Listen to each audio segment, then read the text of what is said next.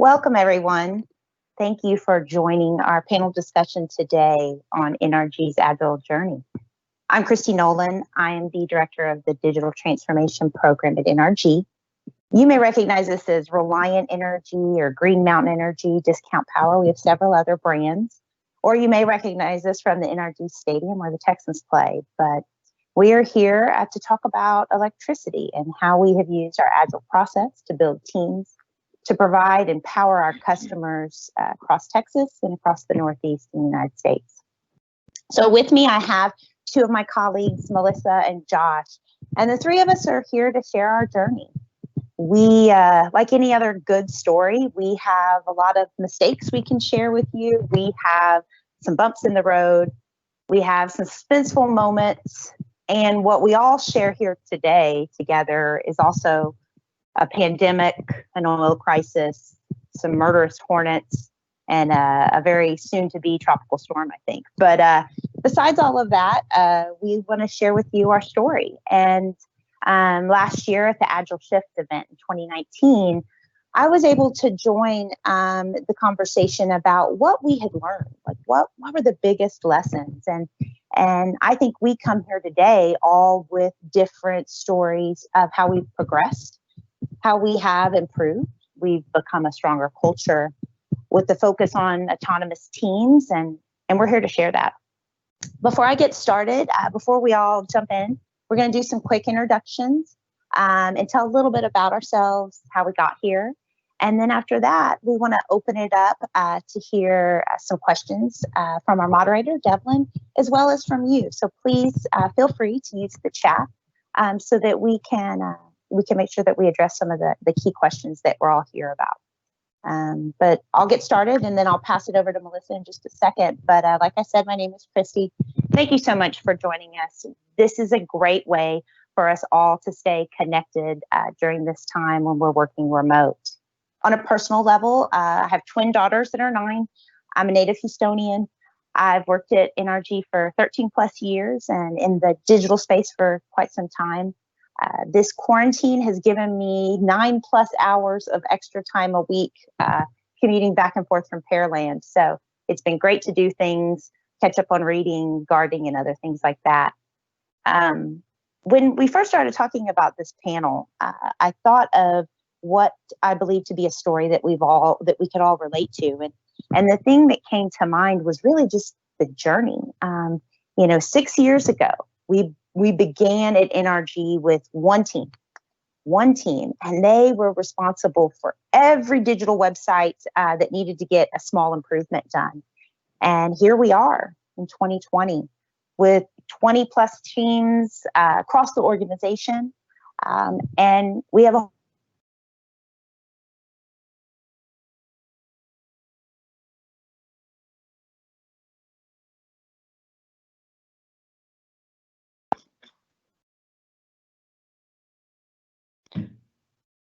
So unfortunately, I believe we may have lost Christy. So Melissa, would you mind kind of sharing your story and giving your intro?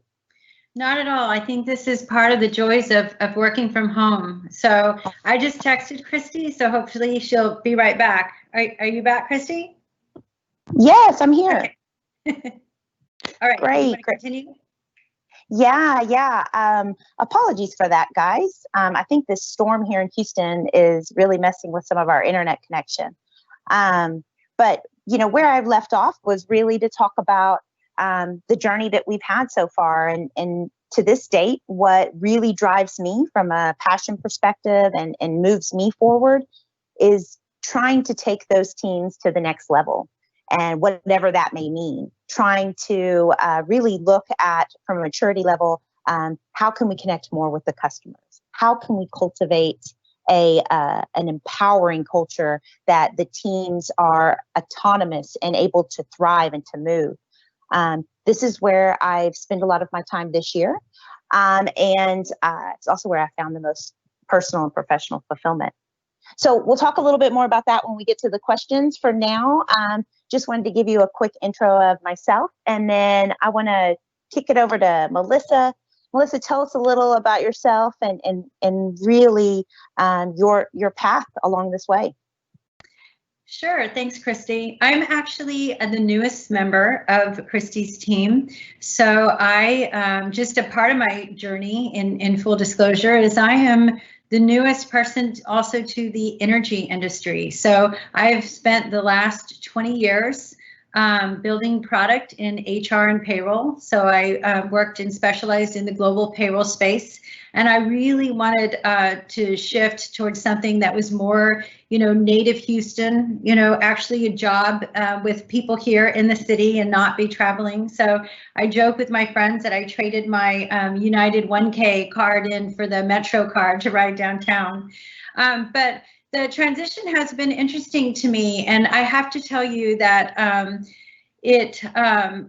the investments that Christy and the team have made over the years in Agile have really helped me to just really ramp up in the role very quickly. So while I'm leading while learning and asking questions about the industry and, the understanding the product and the fact that the ceremonies and the disciplines and the practices of Agile are fully, deployed, and all of the resources that are there for the team and the coaches, it allows me as a product person coming in as a leader to really jump in and focus on the customer experience and really just jump in and focus on how we can add value and what we could put through the sort of machine that she's built. The teams really know how to build product and they're very disciplined. So as a part of my intro, I'll just throw that out there in case there's any questions about what it's like to transition and have that Agile experience and just unplug and plug into a team that is fully living it. So I'll push it over to Josh now. Thanks, Melissa. My name is Joshua Sadler. I'm a native Houstonian as well, born and raised. I started off my career in marketing and advertising for the Houston Chronicle. I worked my way up to the operations manager for the digital advertising platforms. From there, I moved over to Reliant, and I was working with them for being a Scrum Master. I was there for almost 3 years as a Scrum Master. And then for the last 2 years, a little over 2 years, I've been a product owner. I really think that being a product owner drew me in, and it had been since I started learning about Agile. I feel like it was the perfect place for me. To me, it's probably the most entrepreneur position you can take in any company without owning your own company. So I was really, really drawn to that because I think that I'm a natural entrepreneur. I'm also a natural born tinkerer. I like to try things and see what happens. So that gives me a little bit of area to play with in being a product owner. And that's it. Excellent.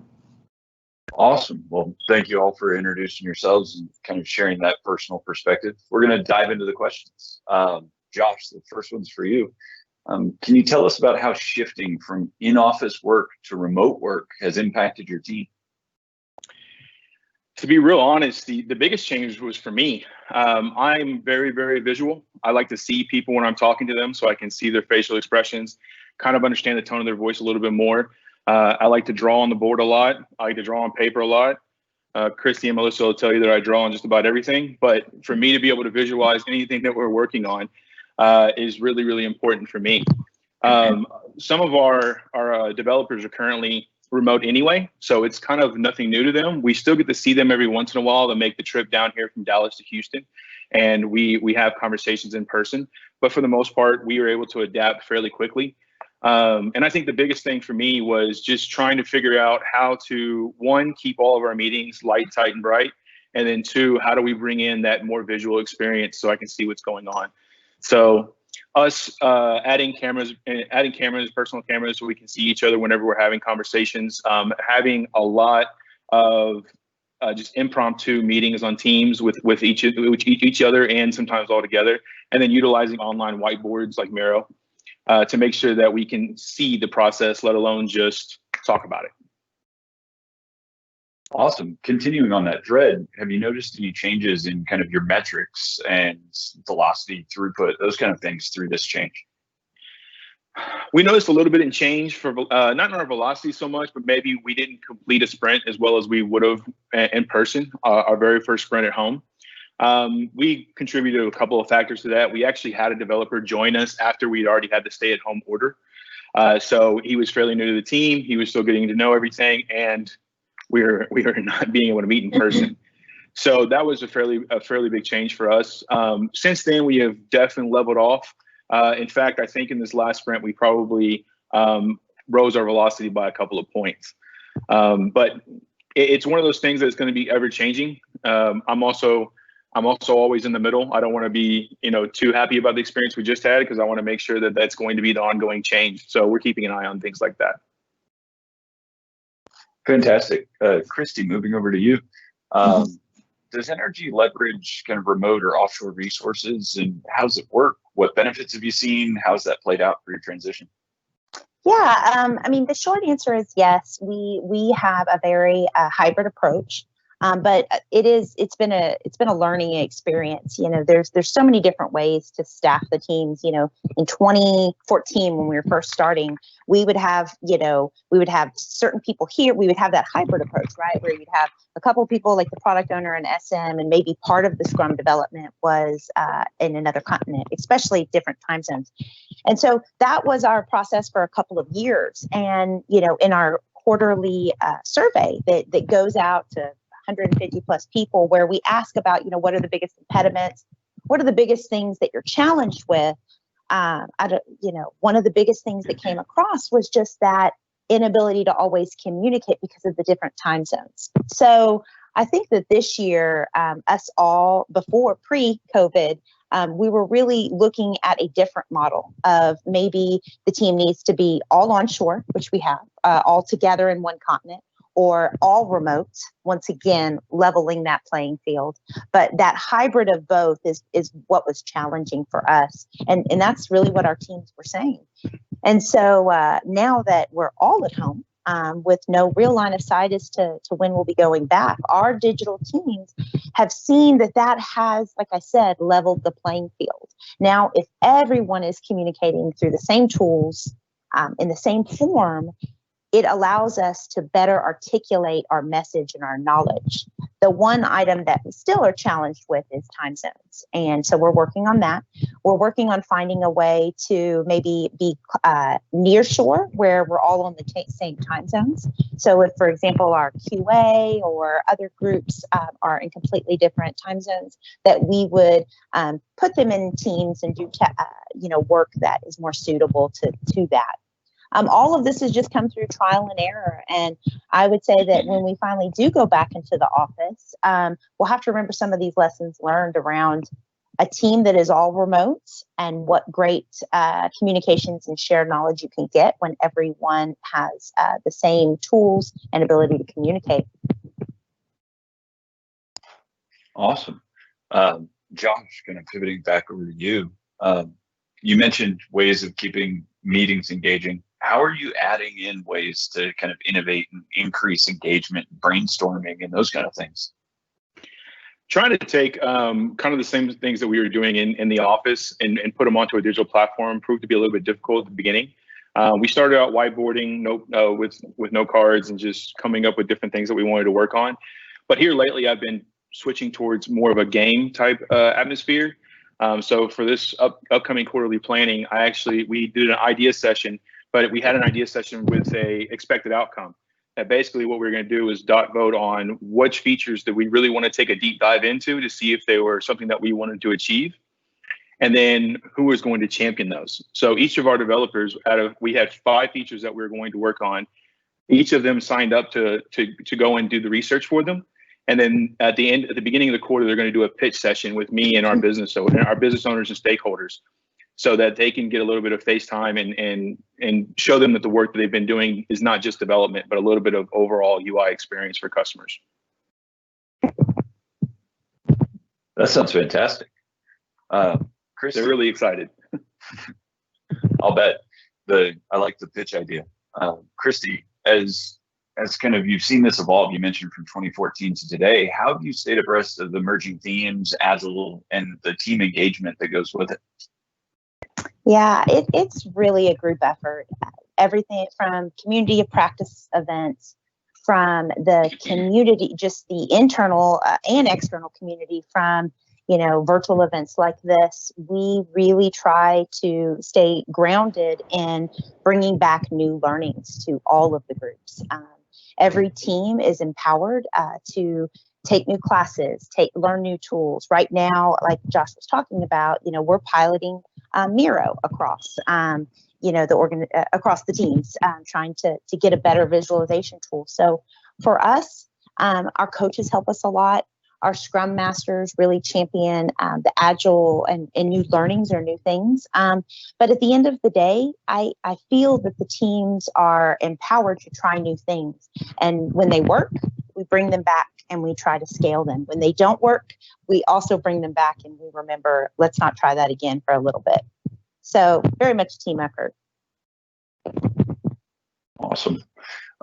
Melissa, so you mentioned kind of the team focus and all that. How has your team responded to supporting the customers in COVID-19 when their kind of whole world has changed? Yeah, going through COVID was a very interesting experience for our teams.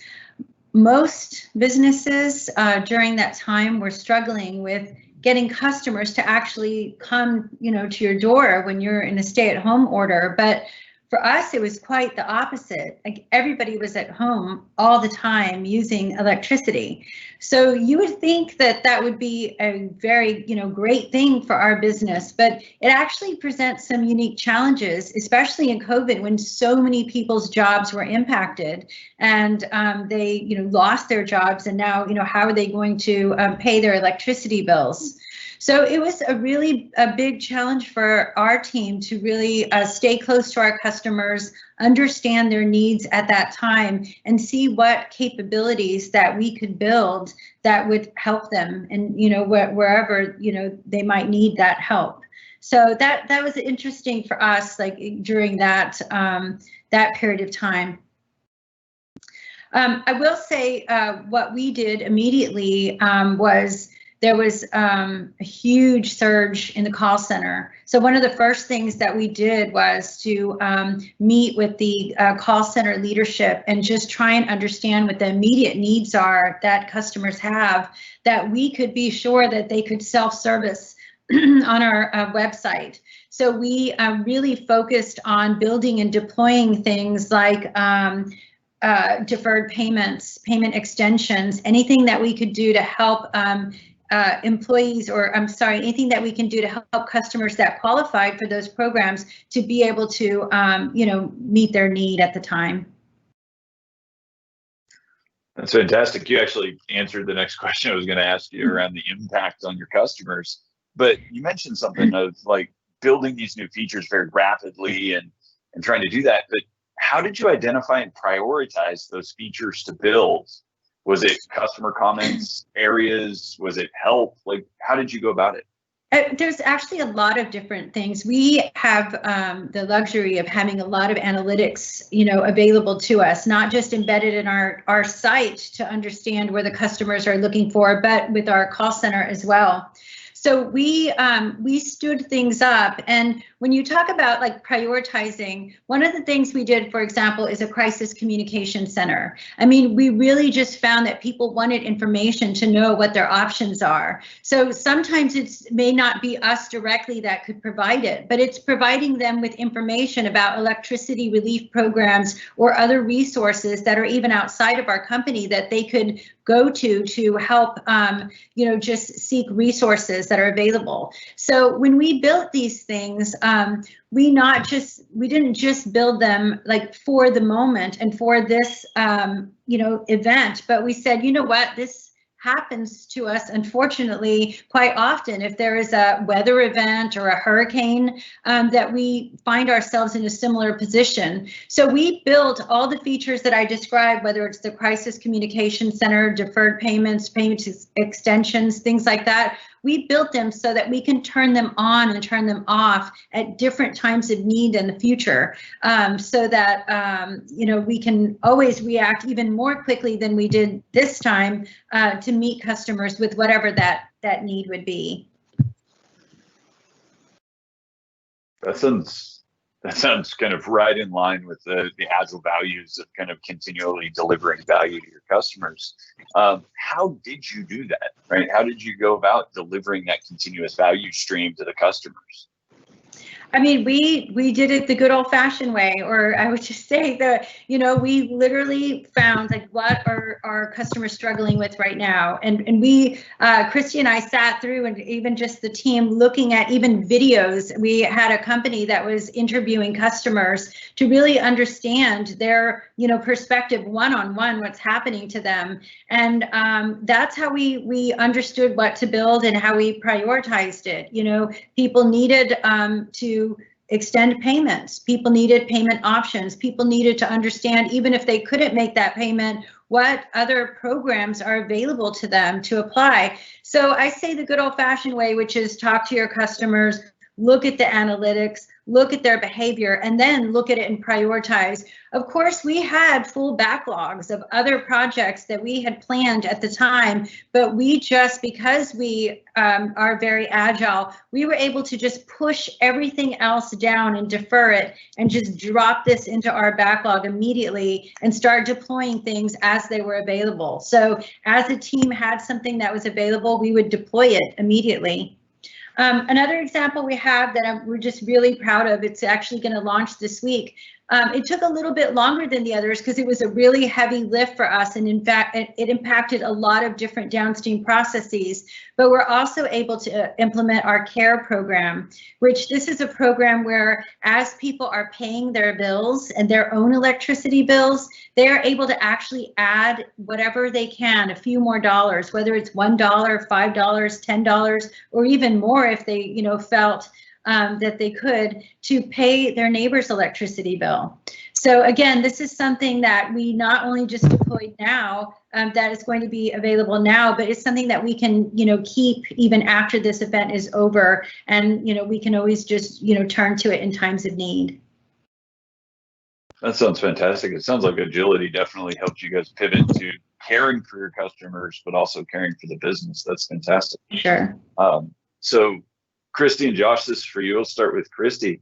So what can we expect for the summer and this continuing idea of where we're at? Like, what do you see coming down the pipe?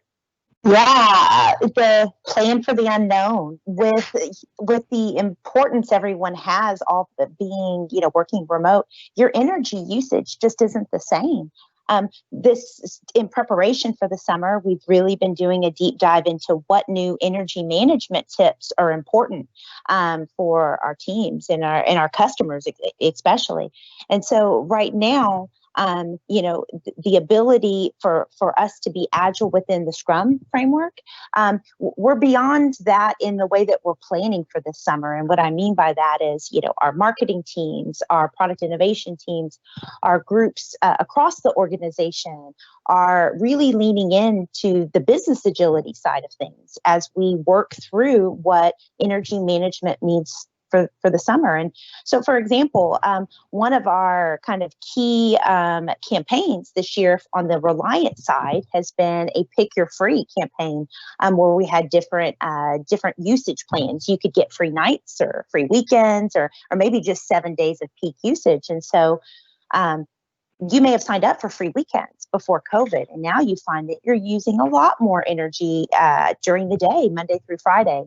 And so as Agile enthusiasts and product development teams, what we do now is we really inspect and adapt. Are the people on those plans? What can we do to change their plan to make it more, more equitable or more favorable and affordable, because they're now using all of their electricity in the day versus the weekend. So we continue to inspect and adapt. We continue to learn new things about how people are using energy, and we continue to really not as Melissa said, push aside some of those larger objectives that we had that was before this, and understand that at this point in time, we have higher purpose value to deliver to our customers and for our business. So Josh, what do you see coming down? To echo what Christy was just saying, our team directly is really going to be focusing on giving customers tools to manage their electricity a little bit more efficiently, and learn to conserve on their own. So, I mean, you know, we understand how electricity works in the state, And it kind of works the same across the board. So what we really want to do is to be able to be ahead of the curve and let customers conserve their own energy, and kind of teach them as much as we can. And then once we've learned from them, maybe even automate some of those processes as well. So to make it as easy as possible on them to conserve energy and save a little bit of money. That sounds great. I am a big fan of all of that, actually, especially the saving money part. So you've all kind of touched on how agility as a culture and as a structure has helped you to adapt to these kind of changing times. But Josh, this is for you. What specific attributes of Agile kind of really shown to help you pivot in responding to the COVID pandemic? I think having a fluid backlog is really what helped us, and also being able to cut down some of our larger features into smaller releases. So that means that we're getting pieces of the work done and releasable and in production a lot faster than we normally would in the past, because with waterfall, you're budgeting for a full project, you're getting a full project. There's really no in between. And so if we were still in waterfall with something like this, we would be pulling devs from a few different teams. And now that dev team that was working on that one product before is still working on that product, and they're still having the same delivery date, but now they have less people working on it. And what we're doing now is we've cut down our production into not cutting down our production. We're still producing at a high level, but we're cutting down the size of some of the features that we're launching, and we're testing. And we're getting out to the market as fast as possible to see which part needs to come next and this huge feature that we may be releasing. And so being able to cut those down, get to a stopping point on the ones that we were working on, and then realize where we need to be for COVID, and realize that this is the response that we need to have. So coming up with MVPs of a lot of the programs that Christy and Melissa were talking about, and then getting those into the market as fast as we could to make sure that customers have the access that they need as quickly as they need. Awesome. Christy, for a little bit of a different perspective, kind of outside of the crisis that was the kind of response to COVID, how has agility helped you guys to pivot into this kind of longer term work from home? Yeah, looking at this kind of at the bird's eye view of, how are the teams doing? How are they connecting? How are they engaging with one another? I would say that in general, we are staying connected and we are staying focused on the people side of it over the process type of initiatives. And what I mean by that is that engagement across our teams is still super strong. We still find ways to connect if every day, in the mornings or in the afternoons, or a lot of us take walking status meetings or find different ways to connect. But to me, all of that was, if I had to answer the question, before, I would have said, I don't know if engagement would have stayed the same. I don't know if people would have stayed as connected or as willing to just open up and have those feedback conversations that sometimes you really need to be face to face. But having come through this in 2 to 3 months, I say that our team has only gotten stronger. It's a little different. Everything's a little different, but we can still give that constant feedback. We can still really focus on the person and making sure that we're communicating in the way that they understand and that they enroll and that they want to own the problems with us. And so I think the big part of that is your culture. And whenever, if we do decide to say remote for, let's say, the next 6 to 8 months, I think in order to make that work, you have to take that extra effort and those extra initiatives to really try to connect and to try new things, to work differently. It definitely sounds like you guys are kind of living into individuals and interactions and customer collaboration, kind of in the extreme. But so I assume everything didn't go beautifully well. Like, what were some of the biggest challenges in making that transition from collaborative teams kind of in the office to work from home? Yeah, the sense that first couple of weeks, the feeling of the fire drill, the feeling of being isolated and having to make sure that you were putting the proper amount of not only effort, but explanation as to level of importance of things was really tough. And besides that, as Melissa was talking about, even the logistics was hard. We had people without video cameras. We had a call center that we had to convert almost exclusively to remote. We had call centers, in different locations, that all of which had to get up learning about the technology as well. So I would say we continue to have blunders. We continue to have things like starting a panel discussion like this and then my internet going out, or trying to get feedback or to get something, and then all of a sudden your entire computer crashes. And so, right now, I think everyone is, has really settled into their roles. They continue to focus on how to improve remote and how to improve engagement. But that beginning part was challenging. And I think it was challenging for all of the people on this call, all of the different companies out there. It's the new norm. And until,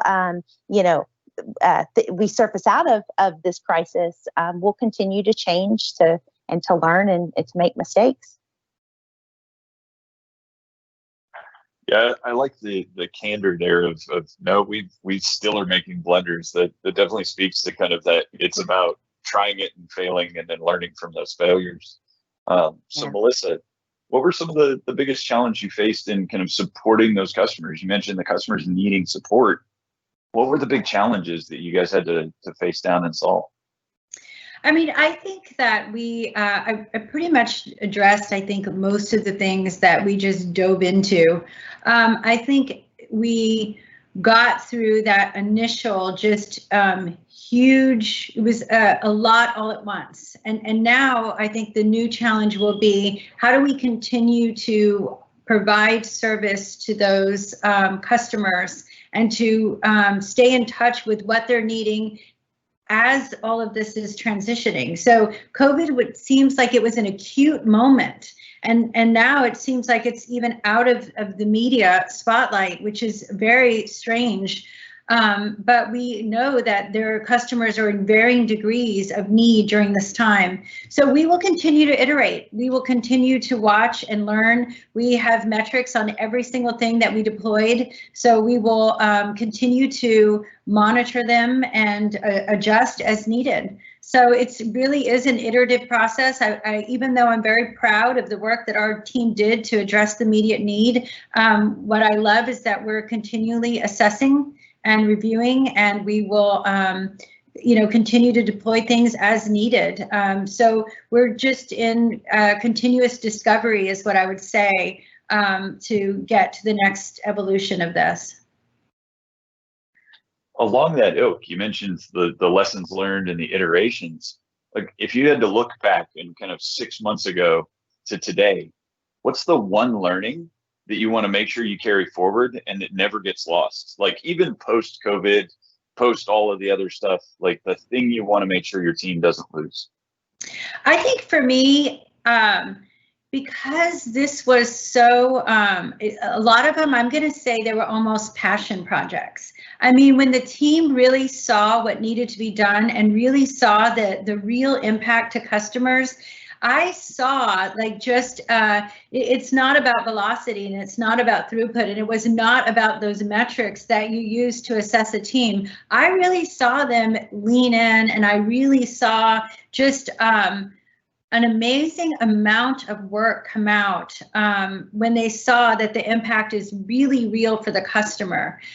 So it was just our sprint reviews and having people give talk about what capabilities we built and demo the capabilities we built, and then the reaction, and the appreciation from the business about it. So for me, as we, lead our teams through this, I thought to myself, wow, I really want to see if we can continue to make that connection, that one-on-one with connection of what they're building, why they're building it, and what that end result impact is going to be to the customer at all times. I think that, to me, one of the learnings will be, if we can always make them these passion projects, I think that not only will we produce an excellent customer experience and great product, but I think that people will really love coming to work and as the new projects come. So to me, that was very eye-opening. Like I said at the beginning, I'm new to the team, and I got to see more sides to everyone, and I got to just see everyone really in action and pour in. So I really appreciated that opportunity. Fantastic. So I have one question, but I'm going to ask each of you the same one before Christy's going to actually take us through some of the live QA that's been going on. So what's the bright spot? What's the thing that, looking out of the crisis for your team, it's the piece that sparks pride for you? And we'll start with Christy. What is that point for you? Yeah, Melissa did a great job explaining kind of where I was going too, which was at the end of all of this, there is that singular, clear understanding that when we started down this path of we have got to do whatever it takes to make sure that our customers are taken care of during this crisis. And that was such a clear, unique time that we all rallied around the exact same moment. There's been so many reports, but one that was a data point that was very useful at the time was, Accenture came out with a report about those customers qualifying for ERP, that they currently more than half of them have less than 6 weeks of cash currently available. And so when you really let that sink in and you really think about what that means, it becomes very easy for everyone to align behind a clear goal and to have that passion project that Melissa's talking about, and to put aside any pet projects that we all have in the purpose of serving our customers and serving one another. So to me, it's the servitude. It's the complete willingness to go above and beyond, to work till 10 o'clock at night, to do whatever it takes so that our customers can either make a care donation like Melissa was talking about with our new online care donation center, or so they can qualify for the ERP program or have a deferred payment. All of those are features and functions that are just beyond paying your electricity bill. It's a connection that I believe our work gave us with our customers that I hope that we always have. I hope we stay grounded in the most important thing that we can do is provide value for all of our customers, internal and external. What do you think, Melissa? What would be yours? I think it's very similar. I feel we were so fortunate in that right before COVID happened, we launched Teams.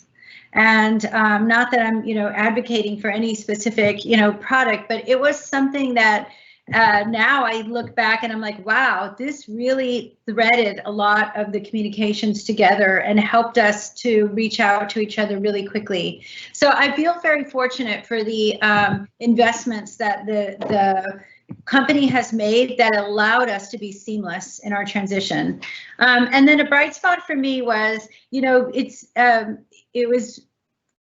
for me, I feel very fortunate to see the product owners on the team put in this position and just see them take off and run and have the ownership and, really just the whole Scrum team to build so much with such high degree of quality in such a small amount of time. It really shows what we're capable of. And that's really exciting to me as well, that I will take forward. And, the expectations have definitely been raised in terms of what this team is capable of.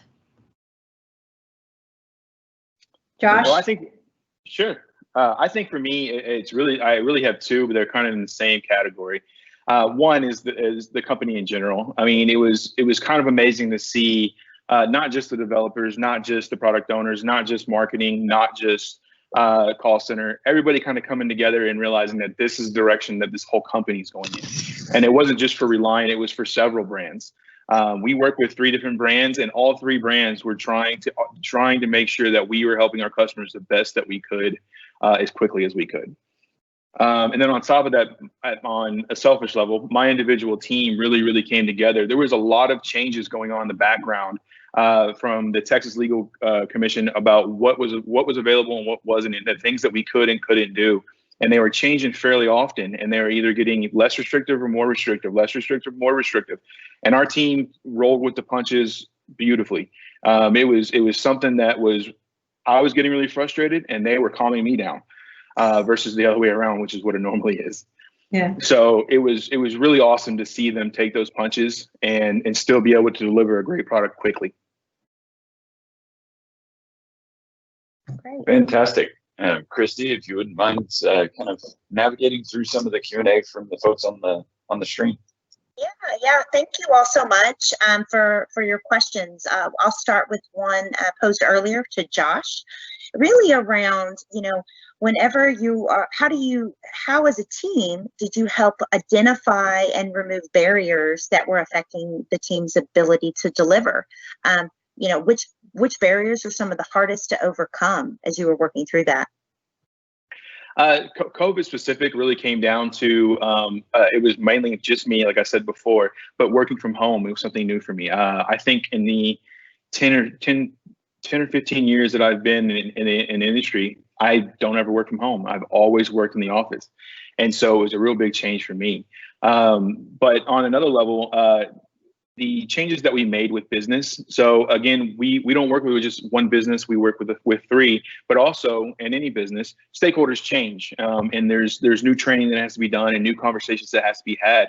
So being able to sit down with business and the team and try to figure out where we can trim some fat for us to get to market a little bit quicker. And sometimes that means just coming up with a better MVP. Sometimes that means coming up with a test, and sometimes that means going through our review cycles to see if that's something that we really need.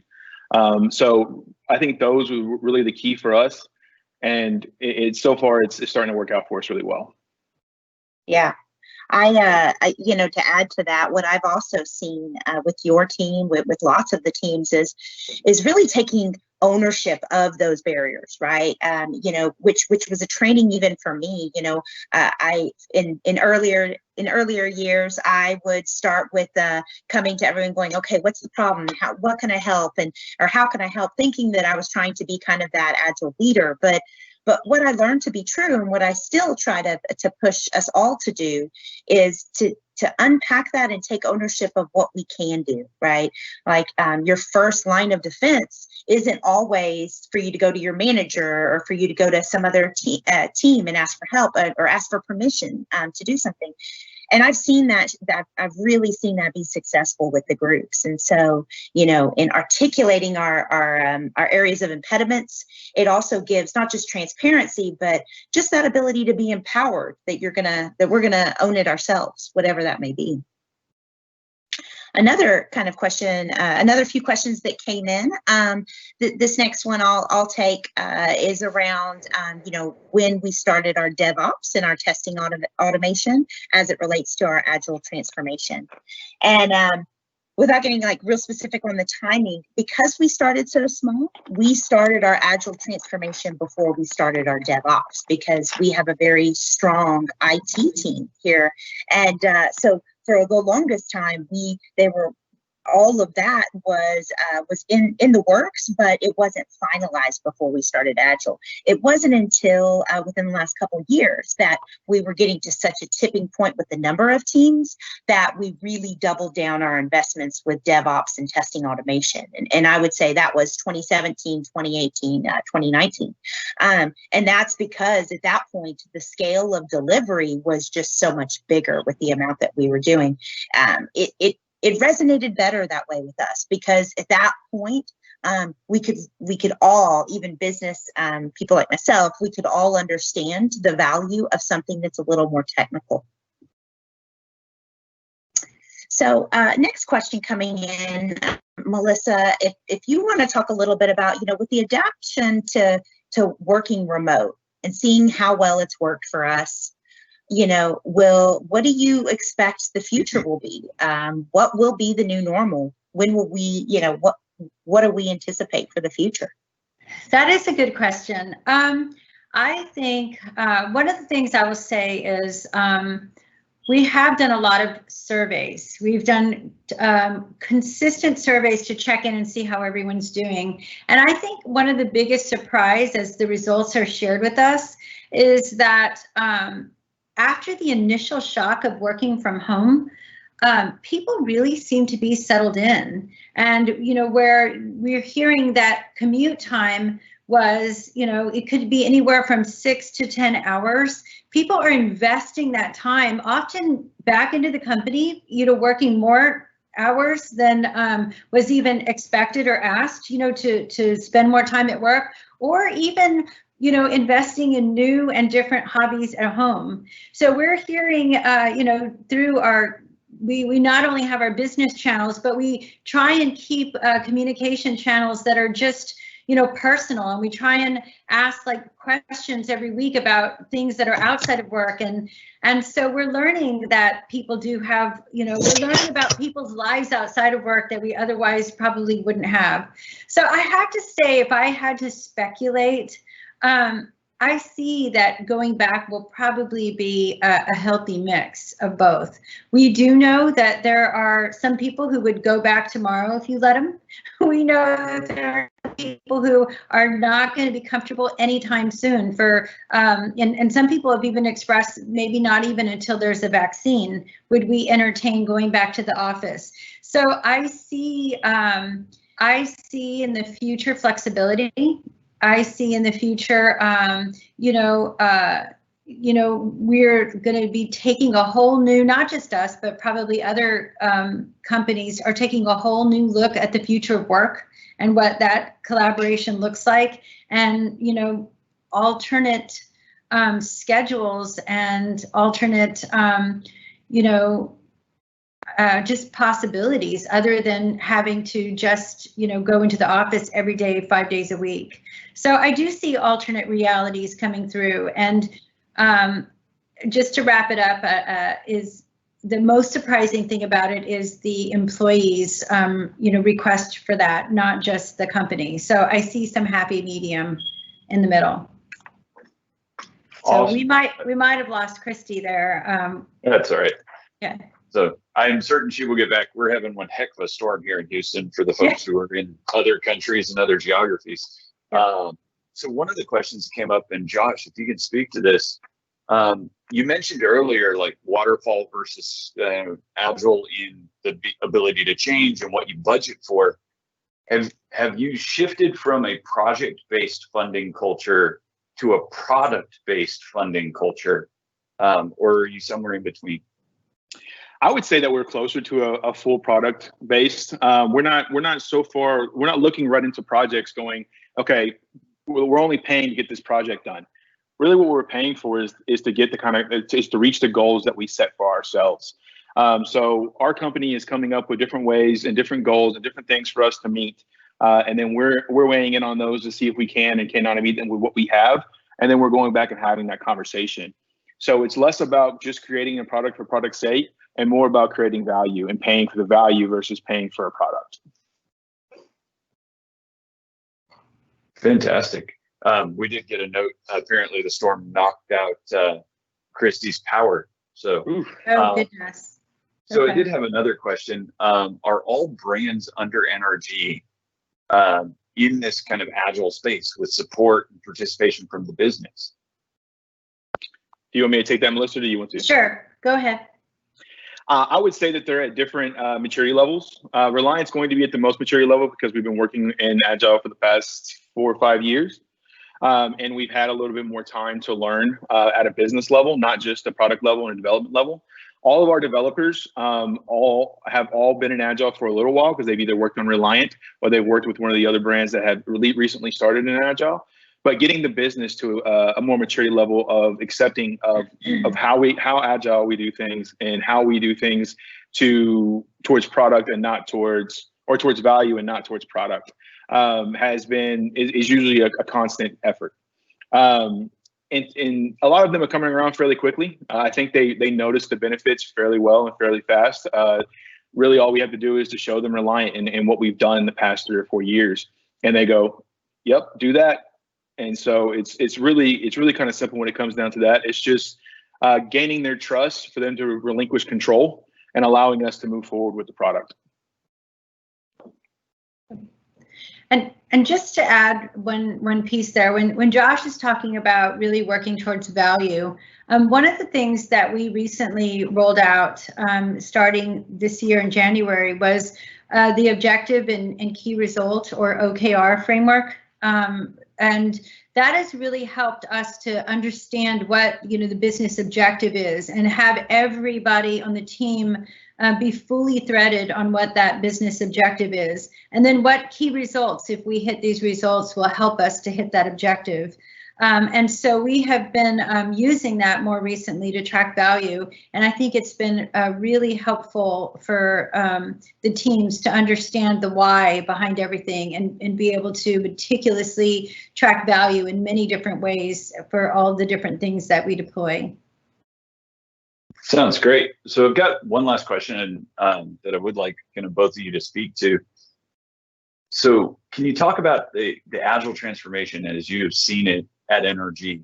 Given that energy companies are typically risk averse, what lessons could you share out of that to other risk averse companies who are looking at or maybe going through that same transformation just a few years behind you? Melissa, do you want to go first, or you want me to take that? Sure, I'll go first. Okay. I have to say a small confession. I had gone through Agile transformation with my previous company, and I know it's a heavy lift, and it is a strong commitment, and it is a multi-year commitment. And if you have a lot of people on your teams already, it's quite an investment. But I have to say, when I decided that I was going to change jobs and look for something more local, and I was really looking in the energy industry, one of the things that I was really looking for was a company that had already made the big shift and the big turn. And I will not say that it's completed the transformation, because I think we all know this is a learning process, and the part of agility is learn as you go. But that major lift and shift had already been completed. So I would just say that very transparently, because I think that companies that have made the investment, there might be other people that are looking to change industries, and I found that to be a huge draw for me. That Christy and her team had already invested so much. I asked a lot of questions during the interview process about where they were, the maturity level, how the culture was, and I have to say I'm just so pleasantly surprised to see where they are, and appreciating that as a newcomer to the organization. So I just want to say that, because I think that it really adds value and can attract talent, to an organization. So we're experienced people. So I would say that. Fantastic. Before we move over to Josh, Christy, thanks for coming back. Your power is now back on. That's brilliant. Yeah. This is part of that work from home life. And how ironic, though. How ironic. We're on a webinar and our power goes out here. Yeah. So we're asking for each of you to talk about the Agile transformation at NRG, specifically around energy companies being knowingly risk averse. What lessons could you share to other risk averse companies that are going through that transformation or potentially looking at it? So I'm going to go to Josh, and then if you could kind of speak to that. And there was another question very tightly related to this of, have you now come up with a repeatable process to roll Agile into those business units as they come along? So Josh, if you would. Sure. What I would say starting out is most companies aren't as risk averse as they think they are. Unless their development is perfect, then they could be developing large features that maybe don't deliver the kind of value they thought they were going to. I think one of the main points of what we're doing in Agile is to release smaller products, get it out there to a few customers that may not hit the masses, and see how it's perceived, and see if it's going to be used, see if it's going to be something the customers need. Everything is hypothetical until we actually have real data. And I think that's really what Agile allows us to do. So starting with something smaller and going bigger is where we want to is where we would move to, versus starting with something much larger and then moving on to something much larger. So starting small is usually where I would say to go. Christy, if you wouldn't mind kind of wrapping us up, Where have you Yeah, seen that evolution? To add, add a little bit to what, Josh was talking about when it comes to kind of really being that risk adverse in electricity. I mean, it all goes back to the culture and the culture that you were trying to build. And we are very fortunate at NRG as a whole that, while we're generating and selling electricity, we're also redefining power for our customers. And in that process, we have the opportunity to redefine the way we work and how we work. And so in our perspective, working for a company with a really strong customer culture, customer-centric culture, one focused on servant leadership and really putting the people at the core, that gives us that ability to try new things, to trust in the people, to trust in the possibilities for continuous improvement, even if something fails.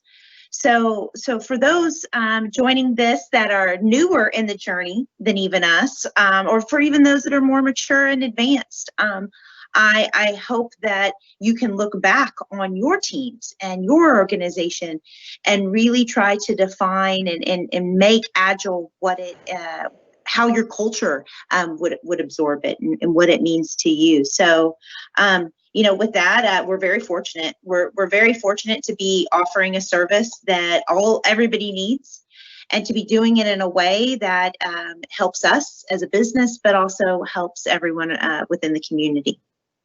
Thank you all so very much for joining. Josh, did you want to say something? I was actually just going to add to that. They were asking about a repeatable process, and I was going to say that we're kind of ahead of the game, and we kind of have an advantage over a lot of companies because we have so many brands. That when we can start something like this with one brand, we can take what we've learned and see what we can do to fit it to the other brands. Our developers is one development team. We may be in multiple teams for a Scrum team, but we are one large team, and we support all of these brands.